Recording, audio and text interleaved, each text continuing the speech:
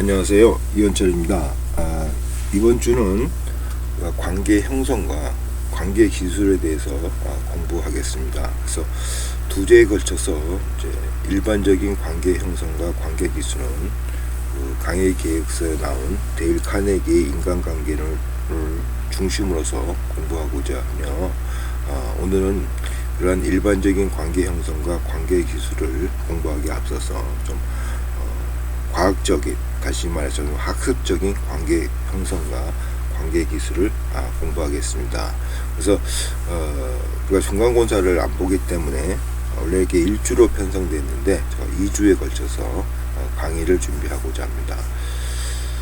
먼저 이제 그림을 보겠습니다. 이 그림에 나오듯이 우리가 관계를 형성한다는 것은 먼저 우리가 이러한 것을 우리가 의사소통이라고 이렇게 이야기하고 있습니다. 그래서 그림에 보듯이 오른쪽 그림은 당당하게 부드럽게 반응을 하면은 타자도 친숙감과 신뢰성을 상승할 수가 있고, 옆에 그림에 보면은 화를 내고 짜증을 내면은 상대방도 당연하게 불쾌하고 마음을 상하게 한다는 것은 일반적으로 당연한 결과라고 볼 수가 있죠. 그래서 그럼 이게 의사소통이라는 것을 우리가 좀 구체적으로 살펴보면은, 자, 의사소통이라는 것은 한 개인이 다른 사람에게 의도적인 것 아니건 정보를 전달하는 과정으로, 의사소통은 감각 과정의 자극을 해석하는 지각 과정의 결과라 할 수 있다.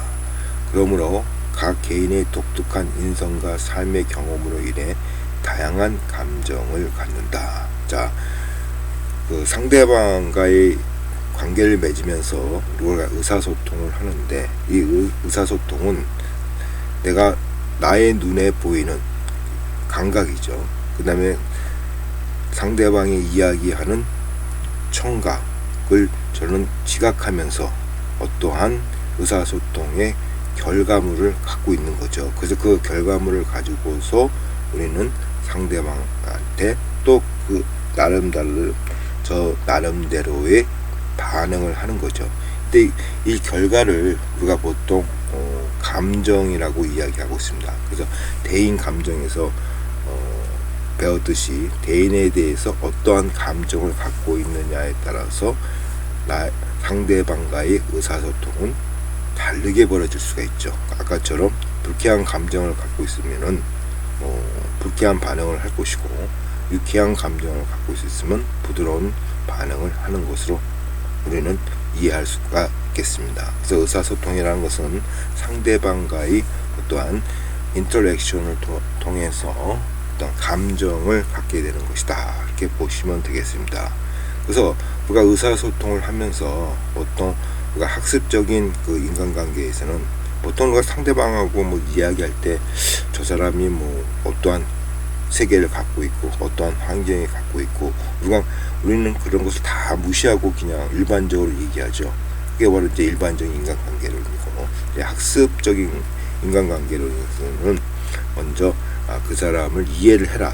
그래서 공감을 하고 공감을 가지고서 대화를 해야 된다, 또 이렇게 이야기하고 있습니다. 그래서 그 사람하고 대화를 할 때, 의사소통을 할 때 우리가 공감을 한다는 것은 먼저 개별화 과정을 거쳐야 된다. 그래서 그 타자가 갖고 있는 의미의 세계를 이해하려면 먼저 그를 둘러싼 타자의 세계의 무지함, 난 그 사람 잘 모른다고 인정하면서 의사소통을 통해서 그 사람의 정보와 단서를 이끌어내면서 개별화시키는 것이 올바른 의사소통이다고 우리는 이야기하고 있습니다. 개별화라는 것은 인디비듀에이션이죠. 그래서 우리가 이 개별화를 공부할 시간이 없기 때문에 간단하게 말씀드리겠습니다. 개별화라는 것은 그 사람의 독특한, 여기 나온 대로 그 사람이 갖고 있는 세계를 이해하고 공감하라는 뜻입니다. 예를 들어서 우리가 사람을 좀 예가 좀 과격하지만 좀 이러한 예가 좀 편하기 때문에 좀 과격하게 예를 들겠습니다. 사람을 죽였다. 근데 그 살인이라 그러죠. 그 살인에는 여러 가지 종류가 있습니다. 정말 나쁜 사람이 뭐 돈을 훔치기 위해서 사람을 죽일 수도 있고, 그렇죠? 살인이고. 근데 또 어떤 살인은 하도 뭐 가정 폭력이 일어나가지고 아내가 도저히 그냥 내가 죽을 것 같아가지고 이렇게 또 살인을 하는 경우가 있습니다. 그럼 똑같은 살인이지만 가정 폭력에 의해서 일어난 살인하고 돈을 훔치기 위해서 살인을 하는 것은 다른 겁니다. 그렇죠? 그래서 개별화라는 것은 그렇게 이 사건이 어떠한 환경에서 어떠한 상태에서 일어났나를 보는 것이 바로 개별화 과정입니다. 그래서 개별화를 통해서 돈을 훔치기 위해서 하는 살인과 가정폭력에 의해서 할 수 없이 일어나는 살인, 이러한 것을 구분을 하는 것이라고 할 수가 있겠습니다. 이렇게 독특한 그 사람의 세계를 이해하는 것을 우리가 개별화 시킨다고 이야기하고 있습니다. 이 개별화 과정을 통해서 이제 공감이 이루어진다고 할 수 있겠습니다. 자, 이렇게 우리가 상대방하고 대화하는 것을 우리가 의사소통이라고 하는데, 뭐 어떠한 것은 이 부정적인 의사소통이라고 또 이야기하고 있습니다. 그러면 우리가 긍정적인 의사소통은 반대죠. 그러면 이 부정적인 의사소통을 한번 공부해 보겠습니다. 자, 먼저 효과적인 의사소통을 방해하는 언어를 보면은, 이래야 한다, 저래야 한다, 설교하고 가르치기, 이런 것은 상가해야 된다는 것입니다. 당신은 그렇게 하면 안 되는 거였어요. 당신은 세금을 내야 합니다. 너무 결혼하기에는 너무 어려요. 그쵸? 이렇게 뭐 이래야 한다, 저래야 한다는 것은 상대방에 대해서 그림에 나오듯이 좀 불쾌한 감정을 냅니다. 그쵸? 뭐 그러니까 세금을 낼 때도 뭐 세금을 내야 합니다. 이거보다는 이러이러한 어떠한 그 이유를 설명하면서 이래서 세금을 내야 됩니다. 이렇게 해야 되지만 그냥 세금을 내야 합니다. 벌금을 내야 합니다. 이렇게 이래야 한다, 저래야 한다. 그것은 상대방에서 불쾌한 감정을 부른다. 그래서 이 설교와 훈계식의 것은 클라이언트에게, 여기서 이제 타자라고 이제 명명하겠습니다. 저 클라이언트보다는 이제 타자에게 수정하겠습니다. 타자에게 죄책감과 의무감을 발생시키고 때로는 저항을 하는 비효과적으로도 작용할 수 있다. 그래서 우리가 가능하면은 설교하고 가르치기보다는 이제 설명해서 이해를 시키라고 하는 의사소통이 바람직하다고 학생들은 이해하시면 되겠습니다. 자, 두 번째는 성급하게 충고하거나 제안하거나 어떤 해결 방법을 이제 제시하는 것으로서 예를 들어보겠습니다. 당신이 딸에 대해서 새로운 접근을 시도하는 것이 필요하다는 생각이 드는군요. 그렇죠? 성급하게 충고하는 거죠. 휴식을 취하라고 애쓰는 것이 당신에게 가장 좋은 것 같군요.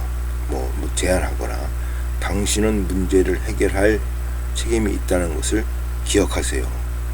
당신이 어떠한 행동을 취해도 문제를 더 어렵게 만들고 있어요. 근데 이러한 의사소통은 종종 우리가 이제 충고라고도 얘기하고 있죠. 물론 충고도 우리가 할 수가 있습니다. 근데 이 충고도 어느 정도의 공감을 가진 다음에 충고와 제안이 이루어져야 되지, 그 공감도 없이 그냥 일반적인 의사소통을 하면서 충고를 하는 것은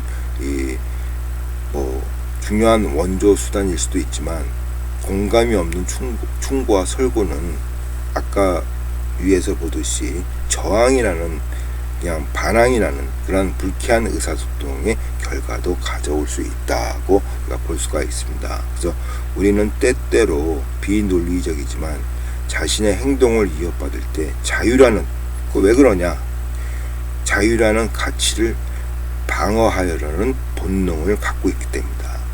그래서 타자를 납득시키는 것이 아니라 타자를 결정을 하도록 도와주는 이런 비지시적인 기법으로서 어떤 충고와 제안을 하는 것이 올바른 의사소통이라 할 수 있겠습니다.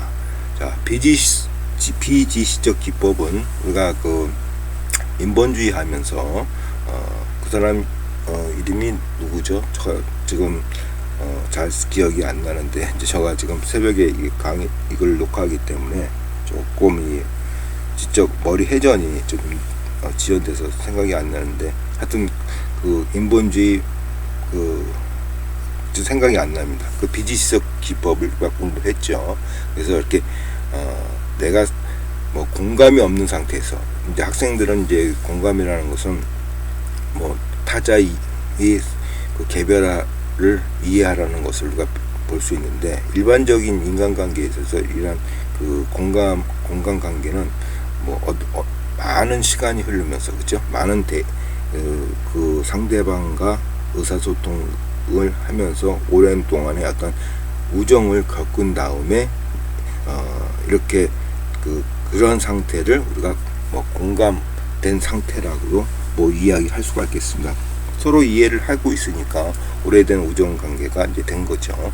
그래서 이런 공감한 상태에서 이제 이루어지는 좀 뭐 충고나 제안은 어느 정도 됐지만, 우리가 보통 이러한 경우도, 그렇죠? 친구와의 관계가 이제 금이 가는 경우는 뭐 상대방이 나한테 불쾌하게 할 때, 그렇죠? 내가 어떻게 하는데 성급하게 충고하거나 제안할 때 뭐 이렇게 해결해야 돼, 이런 거 할 경우 우리는 그 상대방한테 불쾌한 감정을 갖게 되고, 어떤 그 자유라는 본능에 반항하는 것을 내 마음 속에서 우러나온다는 얘기죠. 그래서 우리가 가능하면은 지시하지 말고 이제 지원하고 원조해라. 그러니까 그 사람이 결정할 수 있도록 우리는 지원하고 원조하라는, 그러니까 비지시적 기법을 의사소통하면서 쓰는 것이 바람직하다고 이야기하고 있습니다. 자, 비지시적 기법은 우리가 한번 이전에도 예를 들었지만 똑같은 얘기입니다. 자, 재혼하려는 사실을 딸에게 말할까 말까 망설이는 이제 상대방, 뭐 클라이언트라고 제가 표현했는데, 학생들은 그냥 타자라고 이해를 합시다. 자, 내가 쉽게 답할 수 없는 매우 사적인 일이라고 생각합니다. 이제 상대방이 나한테 와서 물어보는 거죠. 뭐 서로 이제 이러한 것 정도의 이야기를 한다는 것은 오랫동안의 의사소통을 통한 그런 인간관계가 형성됐다고 볼 수가 있고, 그러면 우리가 뭐 지금 얘기했듯이 공감의 단계다고 이야기할 수가 있겠습니다. 그래서 이런 공감 단계에 있어서 이제 상대방이 나한테 이제 물어봅니다. 재혼을 하는데 그 사실을 딸에게 말할까요 말까요 했더니, 나는 이제 그렇게 얘기합니다.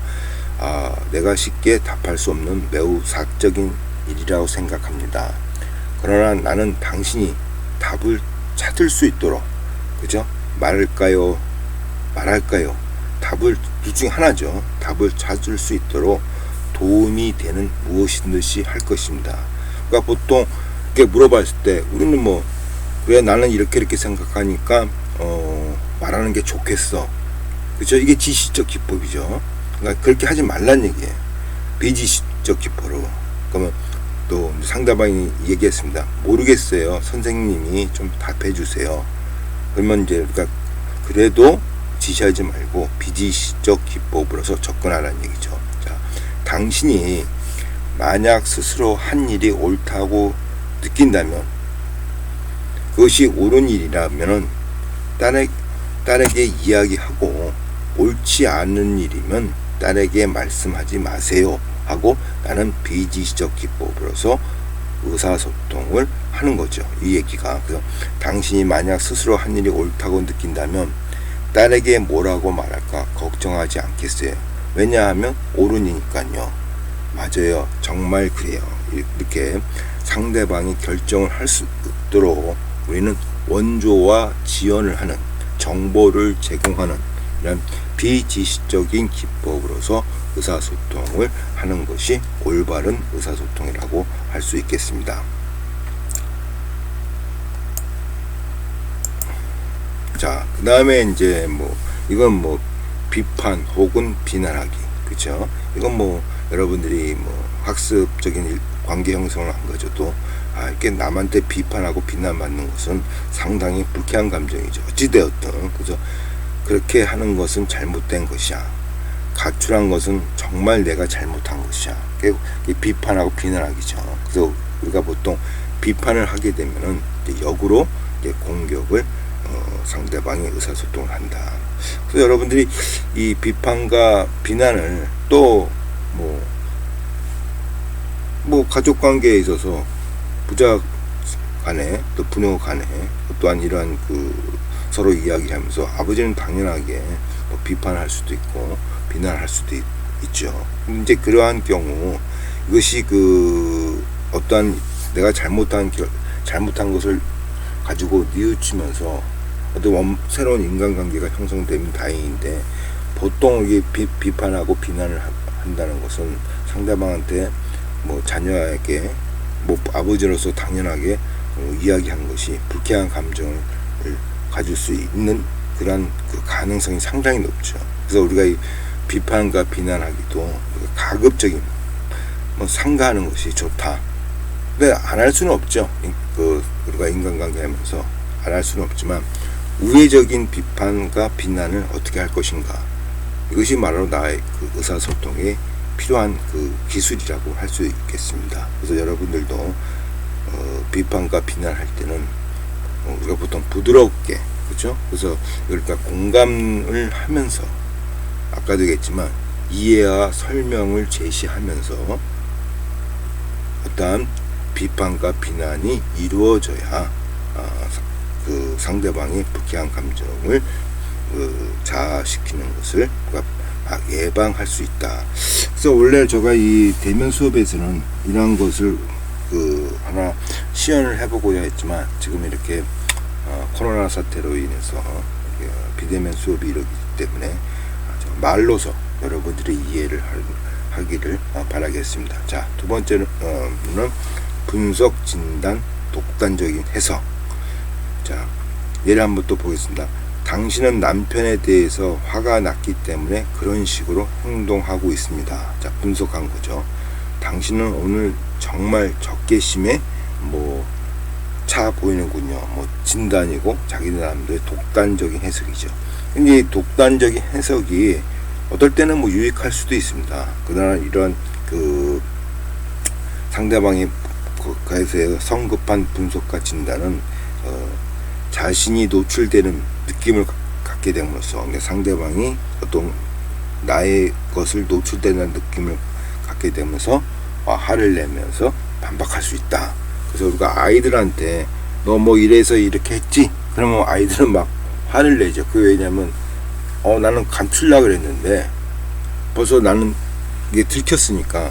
그러니까 들켰으면은 이게 잘못했습니다 이렇게 해야 되는데, 대부분 사람들은 자기의 자아 방어 기제에서 반동 형성으로서, 그죠? 화가 들킨 거에 대한 그런 잘못보다는 반동 형성으로서 화를 많이 낸다는 얘기입니다. 그래서 이렇게 분석과 진단으로 가능하면은 좀 피하면서 본인 스스로가 분석하고 진단하고 해석할 수 있도록 비지시적 기법으로서 이루어져야 된다는 거죠. 이것을 우리가 보통 이제 공감 치료라고 합니다. 공감 치료를 해가지고 상대방의 입장을 공감하면서 접근해라 이야기하고 있습니다. 자,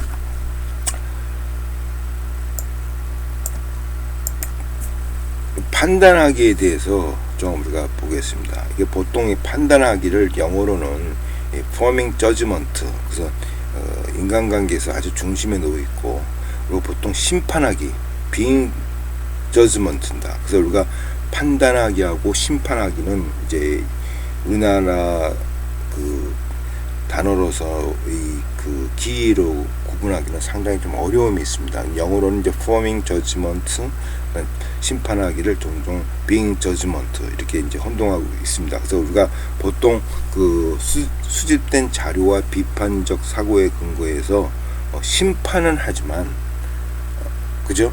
심판은 하지 말고 판단을 하는 얘기입니다. 보통 우리가 상대방의 의사소통에 하면서 판단을 해야지 심판을 하지 말라는 얘기예요. 심판. 그러니까 동감적인 차원에서, 그러니까 공감을 하지 않은 이 동감적인 차원에서, 그리고 이따 구체적으로 배우겠지만, 그러니까 공감을 하기 전에는 항상 동감이라는 과정을 거친 다음에 이 공감이라는 그 과정으로 이제 결과가 나옵니다. 그러니까 동감 없이는 이 공감이 안 나옵니다. 그래서 이 동감 과정에서 보통 심판을 하는 것은 심판을 하지 말고 판단을 하는 거죠. 그렇죠? 아까 우리가 상대방의 입장을 이해하라 그랬죠. 이게 개별화죠. 이 개별화에서 보통 우리가 판단을 합니다. 그래서 이제 판단하지 말라 뭐 이렇게 얘기한다는 것은 보통 학습적인 의사소통에서는 심판하지 말라는 얘기입니다. 그러니까 판단을 하되 심판하지 말라. 자, 오늘은 좀 과격한 의사소통, 예를 들겠습니다. 학생들의 이해를 쉽게 하기 위해서. 자, 살인마가 있었어요. 사람을 많이 죽인 사람. 그죠? 뭐 A라는 사람을 봅시다. 그죠? 화성, 요즘 연쇄살인 사건, 그거 한번 얘기를 해봅시다. 이 사람은 우리가 어떠지 됐든 내가 이 사람을 만났을 때 나는 이 사람하고 의사소통을 해야 됩니다. 그럼 이 사람에 대해서 내가 처음부터 당신 그러면 안 돼. 왜 사람을 이렇게 죽였어? 그러면 의사소통이 되겠어요? 전혀 안 되죠. 그럼 이 사람은 분명히 얘기 안 합니다. 그죠? 이 사람하고 상대방하고 의사소통을 하려면 우리는 먼저 이 사람에 대해서 심퍼시, 동감적인 감정으로 접근을 해야 됩니다. 당신은 그런 어려움이 있었고, 어렸을 때 어떤 트라우마에서 그런 사건이 벌어졌구나. 이게 동감입니다. 이 동감을 한 다음에 이제 공감으로 들어가야지, 그냥 여러분들도 이제 1학년 신입생들 되면 이제 학교를 다니게 되면 많은 교수를 나를 포함해서 만날 겁니다. 그러면 교수 흉을 볼 수가 있어요. 근데 A라는 학생이 같이 다니는데 그 교수 좀 이상해, 좀 안 그런 것 같아. 그러면 이런 이야기를 듣는 상대방이 아니야, 그 사람 그렇지 않아. 그러면 넌 그렇게 생각하면 안 돼. 그죠? 이게 이제 심판하기죠. 그러면 대화가 되겠습니까? 안 됐습니까? 나는 그 교수님하고 그 교수가 잘못됐다고 욕을 했는데 얘는 상대방은 바로 심판을 해가지고 안 돼. 그 교수 좋은 교수야. 너 잘못됐어요. 그러면 더 이상 대화가 안 됩니다. 그래? 알았어. 그게 끝난다고. 이게 바로 심판하기입니다. 그러니까 우리가 그 심판을 하지 말라는 얘기지. 먼저 그 교수가 그래? 그 교수 그런 면이 있었어? 그렇구나. 넌 그렇게 생각했구나. 그것 때문에. 이게 바로 동감이죠. 그죠? 동감이죠. 그러나 그건 조금 전에 얘기를 들었던 그 화성 연쇄살인 사건 사람하고 이야기하는 것을 우리가 동감을 했죠. 이 동감을 하면서 그런 다음에 공감 단계를 거치면서 그래도 사람을 죽여서는 안 되죠. 이건 판단하기죠. 그죠? 이렇게 판단을 하라는 얘기죠. 심판을 하지 말고. 자, 또 조금 전에 예를 든 것으로 들어가서 학생이 이제 교수를 욕을 했어요. 그래서 동감을 했어요. 그래? 교수가 그런 것이 있었구나. 너가 그래서 그렇게 생각하구나. 그러면서 여기서 더 가면 더 나가야 되죠. 이게 공감 단계죠. 근데 그 교수가 또 반대적인 면도 있어. 너무 그렇게 교수 한 면만 갖고 심판하지 말고 내가 한번 그 반대적인 면도 있으니까 한번 고려해봐. 이게 바로 공감입니다. 무슨 말 이해하시겠죠? 판단을 하라는 얘기죠. 그러니까 심판하지 말고 판단해라. 그러니까 의사소통에 있어서 보통 우리가 그 심판과 판단을 구분을 못 하고 있습니다. 왜냐하면 우리나라의 국어가 갖고 있는 이런 기이 문제에서 그래서 보통 판단하지 말라고 많이 번역되고 있습니다. 그래서 판단하지 말라는 것은 심판하지 말라는 뜻이지 판단하지 말라는 뜻은 아닙니다. 그래서 판단을 하되 심판하지 말라. 이게 바로 의사소통이라고 할 수가 있겠습니다. 자, 또 우리가 또 잘못된 의사소통을 한번 보겠습니다. 안심시키기, 동정, 내일이면 되면 더 나아질게야. 그죠? 안심시키기. 그다음에 당신이 상황을 악화시킨 것이 아니에요. 이게 동정, 이게 동감입니다. 동감. 자, 시기적절하게 안심시키는 것은 희망과 지지를 가져올 수 있다. 그렇죠? 뭐 상대방이 뭐 뒤탈 아니야. 우리가 어려워도 뭐 더 나아질 거야. 그렇죠? 이 시기적절한 안심은 희망과 지지를 가져오지만, 그러나 그럴듯하게 안심시키는 것은 고통스러운 감정을 표출하는 것을 막는다. 그렇죠? 그래서 우리가 분위기 의사소통을 하면서 아까도 얘기했지만, 의사소통은 어떤 감각을 통해서 그 시각과 청각 그런 것을 모든 거를 동원해서 뭐 촉각도 포함되죠. 그러니까 그러한 모든 우리 감각을 다 동원하면서 상대방하고 이야기를 하는 겁니다. 그래서 상대방을 이야기하면서 이렇게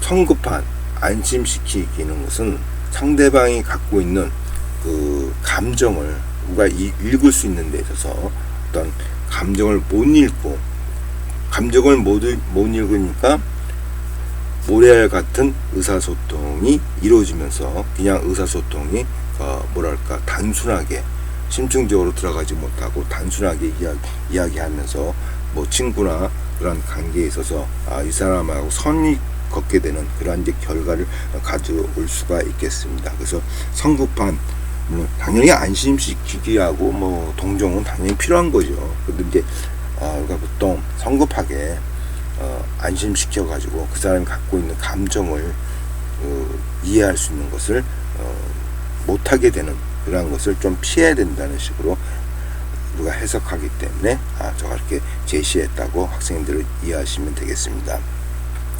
그래서 학생들이 제가 지금까지 한 의사소통에 대해서 교수님 좀 그런 것은 아닌데요, 충분히 반론이 될 수 있는 어떤 그런 그 분야입니다. 그렇기 때문에 여러분들이 뭐 질문지에서 나는 공부하는데 뭐 안심시키 동정이니 나는 교수님의 의견에 반대됩니다. 그럴 때는 항상 질문을 주시면 제가 또 그 질문에 답을 하면서 나의 입장을 학생들에게 설명하겠습니다. 자, 그 다음에 이제 위협, 경고, 역공격하기. 만약 당신이 뭐뭐뭐 하지 않는다면 후퇴하게 될 거예요. 비난하고 비슷한 거죠. 뭐 당신이 뭐뭐뭐 그렇게 하지 않으면 곤란해질 거예요. 그죠? 넌 그렇게 하지 않으면 곤란해질 거예요. 위협, 경고, 그렇죠. 그래서 이 잠재적인 위협과 경고는 윤리적이고 적절한 개입이다. 그러나 타자가 화를 내는 경우가 많다. 그래서 보통 우리가 이런 위협적이고 경고하고 뭐 비난하고 지금까지 간 것은 보통 3단계 의사소통이라 이런 공감적인 의사소통을 하면서 이러한 것을 표현하는 것이 옳다고 이야기하고 있습니다. 자, 그러면 지금 얘기했처럼 위협과 남한테 그 경고를 할 때 제가 방금 3단계 의사소통, 또 우리가 한번 토론으로 얘기했죠. iMessage 기법 다 여기 속합니다. 저 iMessage 기법도 있지만 우리가 또 3단계 의사소통이라는 그런 기법도 있습니다. 자, 3단계 수준에 도달하기 위해서는 타자의 메시지, 클라이언트, 죄송합니다. 잠깐만, 제가 클라이언트인데 타자의 그 메시지에 담긴 내용과 표면적 감정을 정확하게 포착해야 된다. 자, 한번 예를 들겠습니다. 할아버지가 농촌에서 혼자 사세요. 그래서 아들이 자주 좀 왔으면 되는데 아들이 뭐 1년이 돼도 오지도 않고 명절 때도 오지도 않고 할아버지가 상당히 분노와 화가 난 상태입니다. 그래서 이제 이런 할아버지하고 이야기할 때, 자, 할아버지 뭐 아들이 그렇게 안 하고 뭐 아들 참 이상한 사람이군요. 이게 왜 이렇게 안 오시죠? 이게 바로 어떻게 보면 지금 얘기했던 우리가 경고 그러한 표시죠. 근데 그렇게 해서는 안 된다는 얘기예요.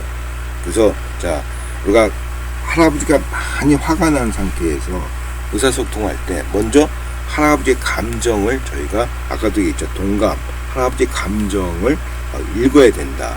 그래서 할아버지 많이 섭섭하고 속상하시군요. 그래서 이제 감정을 읽고 있는 거죠. 이게 이제 동감이죠. 심퍼시죠. 아들이 찾아오지도 않고 전화도 하지 않기 때문에 그래서 죽는다는 말을 자꾸만 하고 계시군요. 그래서 타자가 평안한 그 상황이나 문제를 정확히 설명하면서 이야기를 하는 것이 바로 3단계 기법이라고 하겠습니다. 자, 다시 한번 중요한 것이기 때문에 이야기하겠습니다. 자, 아까도 얘기했지만 동감적인 접근이 먼저 필요한다는 얘기죠. 동감적인 접근이라는 것은 상대방의 감정을 읽어야 돼요. 학생이 교수를 나는 욕을 했는데 아니야 반론을 제기하면 더 이상 대화가 안 되죠. 그래? 넌 그렇게 생각해? 나는 아니야. 나는 이렇게 생각해. 알았어. 그만해. 이렇게 된다고. 그래서 보통 의사소통이 이어지지가 않습니다.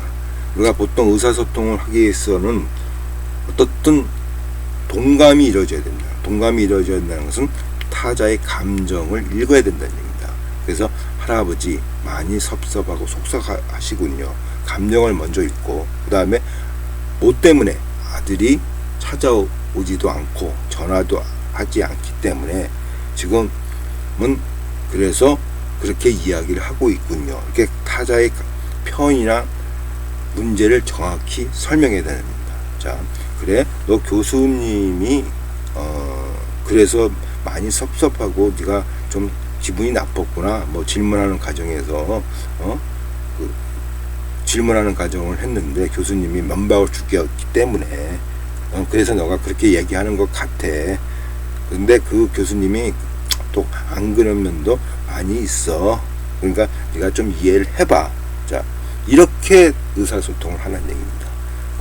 정말 뭐 부처님 도 닦았습니까? 그렇게 또 학생들 또 이야기하시는 학생도 있지만 하여튼 저도 어렵죠. 그렇게 뭐 의사소통을 한다는 건 어렵지만 아까도 얘기했지만 우리가 지금 이 시간에는 이 7주 8주죠. 이 7주에는 이제 학습적인 의사소통을 하고 8주에 때는 이제 일반적인 카네기가 얘기하는 것을 한번 공부해 보겠습니다. 한번 예를 들어 보겠습니다. 당신이 아들에 대해서 이야기하고 있을 때 그에 대해서 말하는 것이 당신의 입장에서 고통스럽고 거리낌이 있다는 것을 느꼈어요. 자, 타자의 감정을 정확히 포착했죠. 전 당신이 경험한 것에 대해서 좀 더 이해하고 싶어요. 지금 당신이 경험하고 있는 것에 대해서 저와 함께 나누지 않겠어요? 그렇죠? 이런 식으로 하는 것이 바로 3단계 의사소통이라 할 수 있겠습니다. 뭐 3단계 의사소통을 하게 되면은 아까도 얘기했지만 내가 농담처럼 절대 남하고 싸우는 일은 없겠죠. 예? 저 사람 호인이라는 소리를 들을 겁니다. 그래서 어려워요. 저도 못해요. 저도 뭐 이렇게 3단계 의사소통으로 한다는 것은 상당히 어려운 것이라고 학생들도 이해하시면 되겠습니다. 그러나 우리는 이렇게 의사소통을 좀 이러한 형식으로 풀어가는 것이 올바른 의사소통이라는 것은 알고 있어야만이 저희가 그 감정을 표출을 자제하고 접근할 수가 있어요. 이런 것도 모르고서 의사소통을 통한 인간관계를 만든다는 것은 상당한 어려움을 만들 수 있는 그러한 경향이 많이 생길 수가 있습니다. 그래서 하여튼 여러분들이 공부하면서 이렇게 타자의 감정을 정확히 포착하고 그다음 because 그 다음에 그 문제를 설명하는 것이 이러한 것이 필요하다 하는 것을 다시 한번 강조하겠습니다. 자, 우리가 지금 뭐 공감, 심퍼시, 뭐 동감 이렇게 이제 많이 저건 얘기하고 있는데 그러면 이 심퍼시와 엠퍼시를 한번 구분해 보겠습니다. 자, 보통 우리가 공감하라 그럽니다. 여러분들 뭐 공감 뭐 어렸을 때부터 뭐 많이 들었고 그죠? 타자의 입장을 공감해라. 근데 이 공감이 뭐 하늘에서 뚝 떨어지는 것이 아닙니다. 아까도 얘기했지만 이 공감이라는 것은 심퍼시 동감이 이루어진 다음에 공감이 되는 겁니다. 동감이라는 것은 아까도 얘기했죠. 타자의 어떤 감정을 내가 읽어내야 돼요.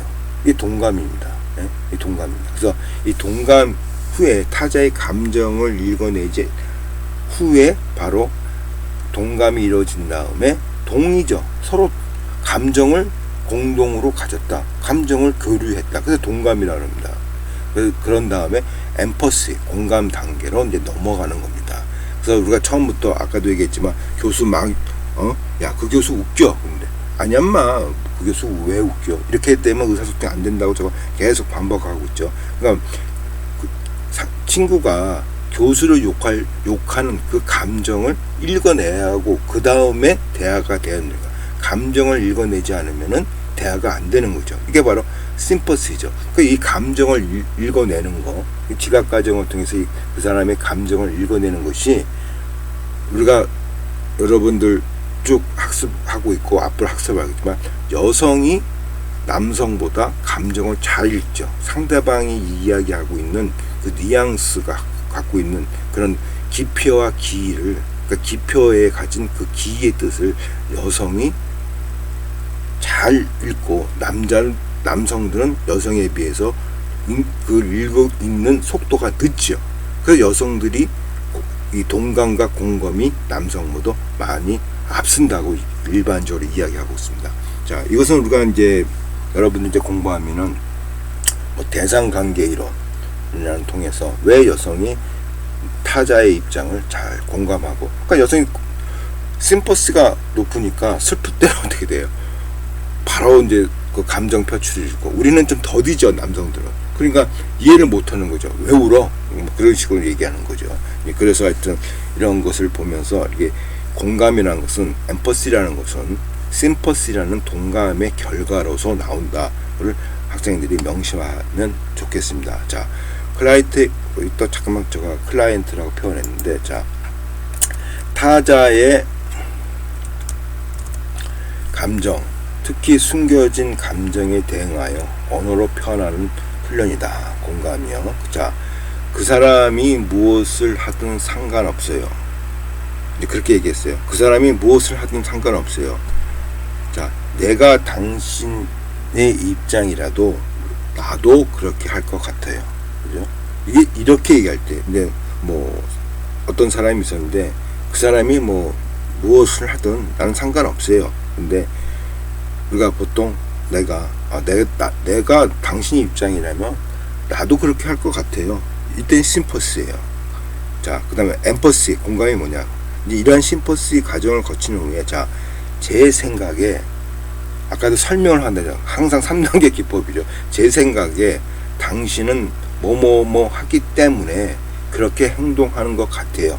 이게 바로 공감적인 표현이랍니다. 자, 내가 당신, 야, 너가 나도 내가 그 입장이라서 그러면 나도 그렇게 그 교수를 비난할 것 같아. 그죠? 이게 심퍼시죠. 그렇게 하지 말고, 야, 내가 생각하기로는 너가 아까도 얘기했지만 그 질문을 했는데 교수가 불쾌하게 반응되기 때문에 네가 이제 그렇게 행동하는 것 같아. 이게 공감입니다. 이런 식으로서 표현을 하라는 얘기다.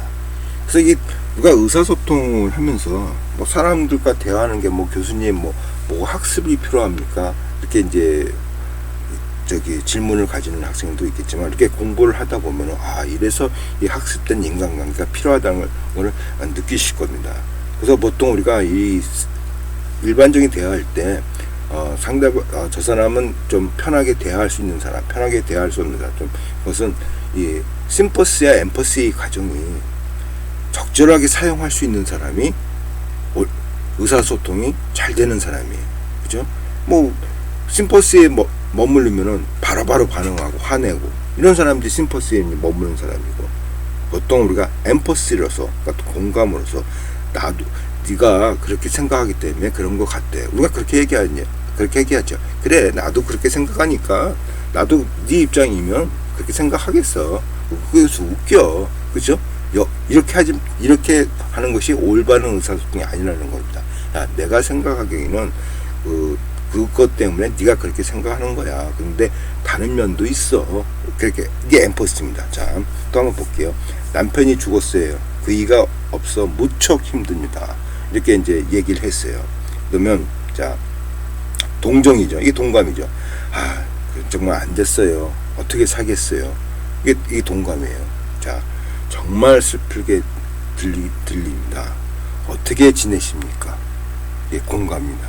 그러니까 여러분들이 이걸 자꾸만 반복을 했죠.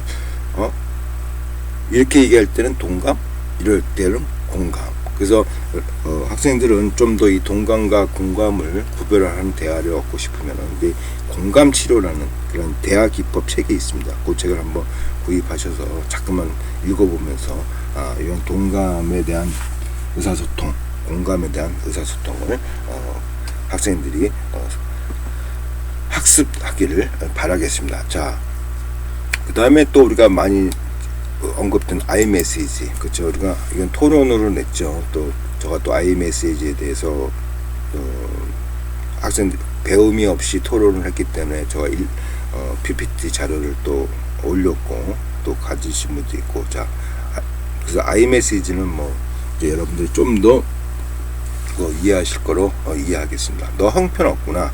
자, 나도 당신이 그렇게 행동을 하면 남들이 흉을 보니, 그렇죠? 표적 행동. 내가 화가 나요. 감정 표현. 그렇죠? 그래서 iMessage는 이 정도로 마치겠습니다.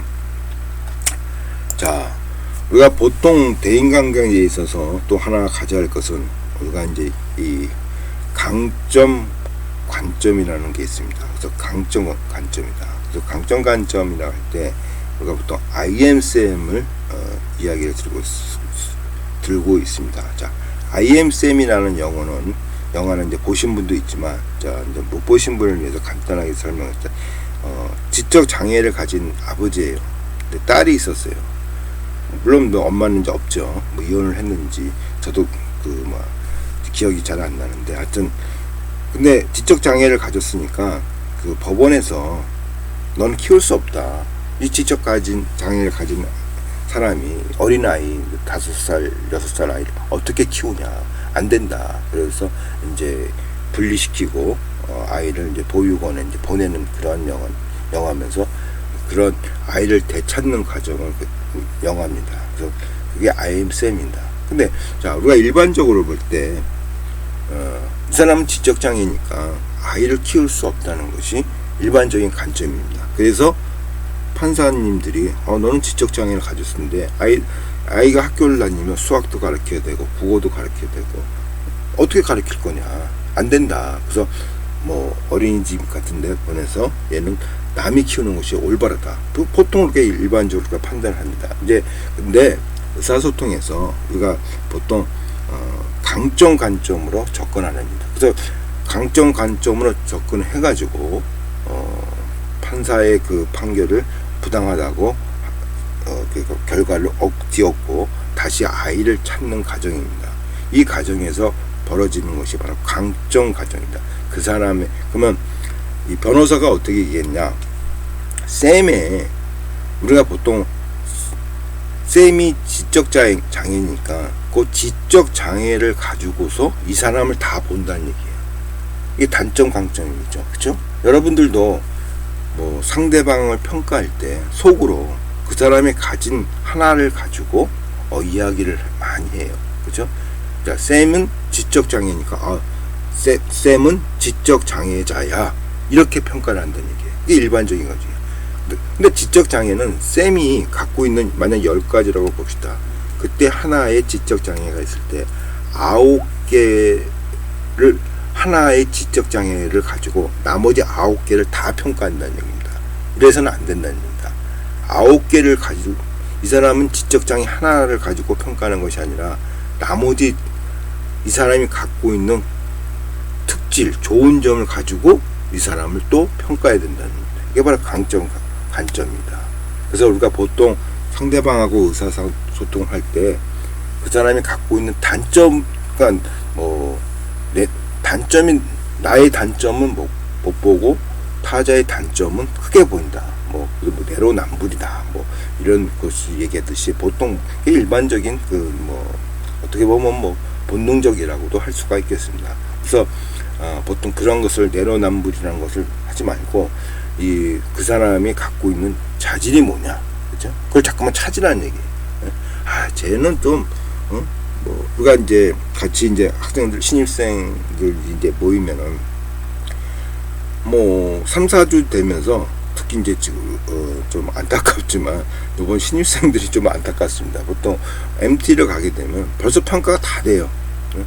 뭐 3, 40명이 되니까 MT를 가게 되면은 쟤는 어떤 사람, 쟤는 어떤 사람, 지 나름대로 다 머리에 그려요. 그죠? 이 지각을 통해서 이제 감정을 다 갖고 있게 됩니다. 그래서 그 감정이 보통 그 지각에 대해서 감정을 갖고 뭐 MT를 갔더니 뭐 제가 뭐 술 한잔 먹고 주사도 부리고 그런 식으로 그러니까 평가를 하게 돼요. 쟤는 술만 먹으면 주사야. 술만 먹으면 그래도 다행인데 걔 그냥 이상해. 이렇게 이제 감정을 갖게 되면은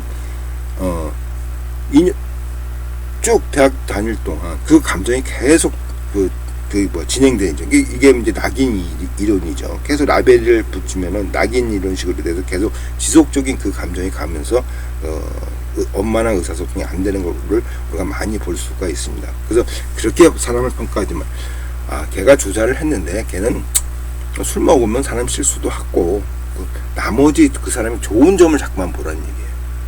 그 주사했던 그 나쁜 점 하나만 보지 말고 그 사람이 이 친구가 이 주사라는 외에 이 사람의 좋은 점을 보라는 것이 이게 강점 감정입니다. 그렇죠? 어렵죠. 나도 뭐 결혼을 하고 있지만 아내의 좋은 점을 본다는 것은 상당히 어려워요. 단점만 보여요. 그죠? 이 일반적인 사람의 본능이에요. 그러니까 내로남불이 그래서 저가 내로남불이 본능적이다 표현합니다.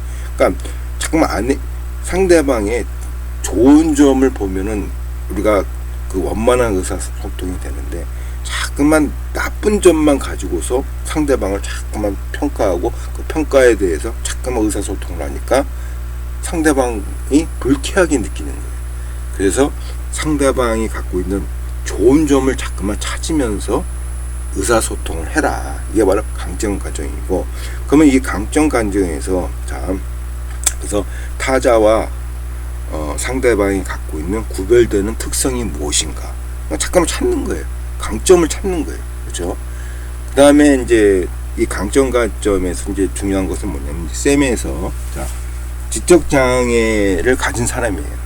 뭐 좋은 점이 아이를 키울 수 있는 그런 심성과 특질을 갖고 있는 사람이 이제 강점이라고 했어요. 근데 그러한 점이 있어도 판사는 안 된다 얘기했어요. 근데 강점 관점은 또 하나 뭐냐?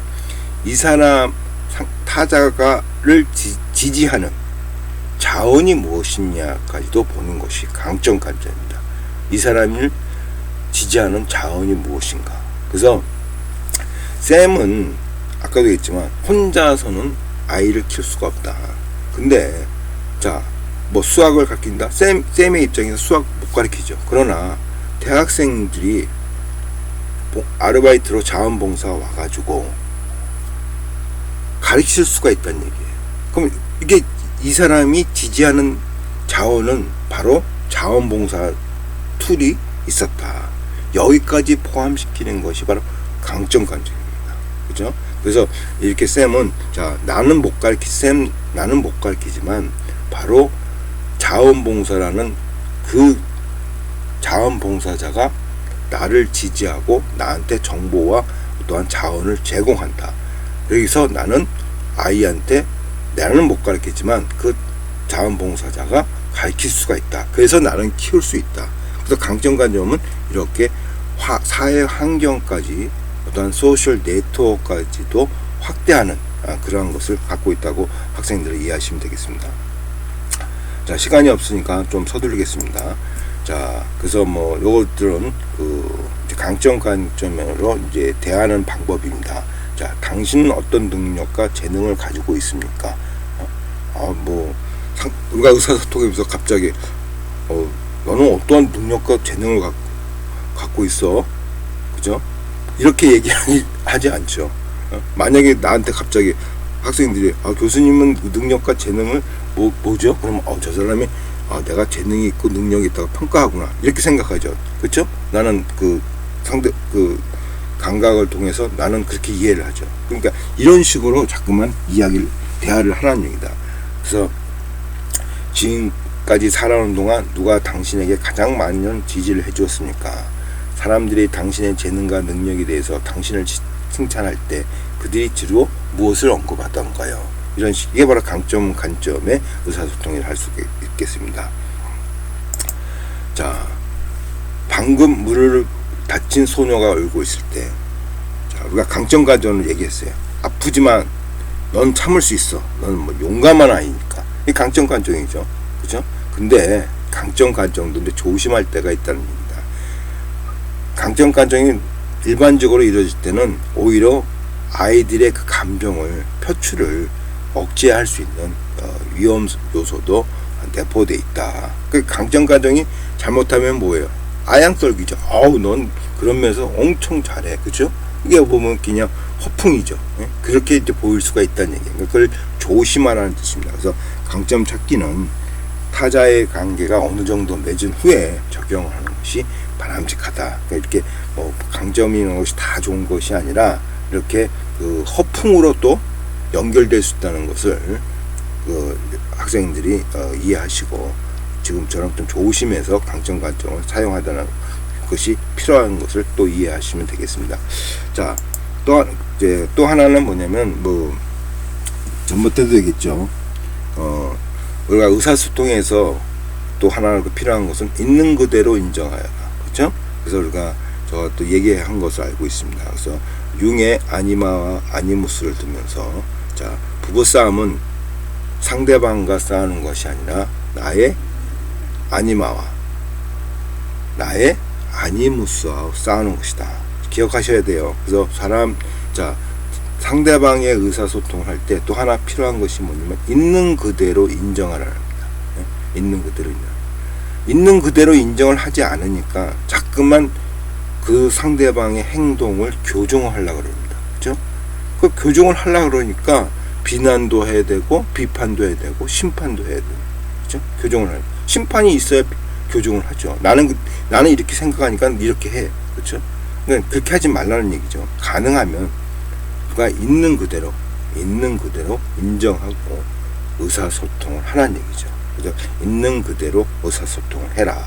자, 끝으로 진솔성, 진실하고 솔직함. 그래서 내가 진실하지 않을 때는 상대방은 바로 눈치를 챕니다. 왜? 의사소통이라는 것은 상대방과의 관계에서 지각과정이 일어나기 때문에 내가 진실하지 않으면은 상대방도 저 친구가 좀 진실하지 않구나 느껴요. 그렇죠? 그러니까 우리가 가능하면 진실하고 솔직하게 대화를 하는 것이 바람직하다. 그래서 이제 이 진솔성은 우리가 배웠던 자아방어 기제를 가능하면 사용하지 말라. 이제 그 얘기하고도 이제 연결이 됩니다. 그러니까 자아방어 기제를 한다는 것은 우리가 뭐 합리화시키고 거짓말하고, 그렇죠? 이게 이제 이게 자아방어 기제죠. 아름답지가 않아. 좀 격하게 좀 예를 들어보세요. 아름답지가 않아. 근데 진실하게 그러면 교수님 진실하게 당신 아름답지 않아 그렇게 얘기해요? 그렇게 또 그렇게 질문하는 학생들이 있습니다. 그래서는 안 되죠. 그렇게 변한 것이 아니라 나가 너를 이해하는 데 있어서 진실적으로 너를 이해한다는 걸 표현하는 얘기지 말로서 그냥 나의 감정 그대로 표출하는 얘기. 나의 감정을 그대로 표출한다는 것은 자아방어 기제를 안 한다는 얘기죠. 그죠? 그러니까 인간사 의사소통하면서 자아방어 기제가 안 이루어지면 안 됩니다. 그죠? 지금 얘기한 대로 아름답지 않은 사람한테 너 아름답지 않아. 너 남자가 뭐 저래 이렇게 표현하면 안 되죠. 그죠? 싸움이 일어나는 거죠. 그래서 이게 감정을 진실하게 표현하는 것 하는 뜻이 아니라 그 사람의 입장을 충분히 진실하게 너를 이해한다는 것을 이해시키는 게 바로 진솔성이라고 하면서 이번 시간을 마치겠습니다. 자, 학생들 고생 많이 하셨습니다.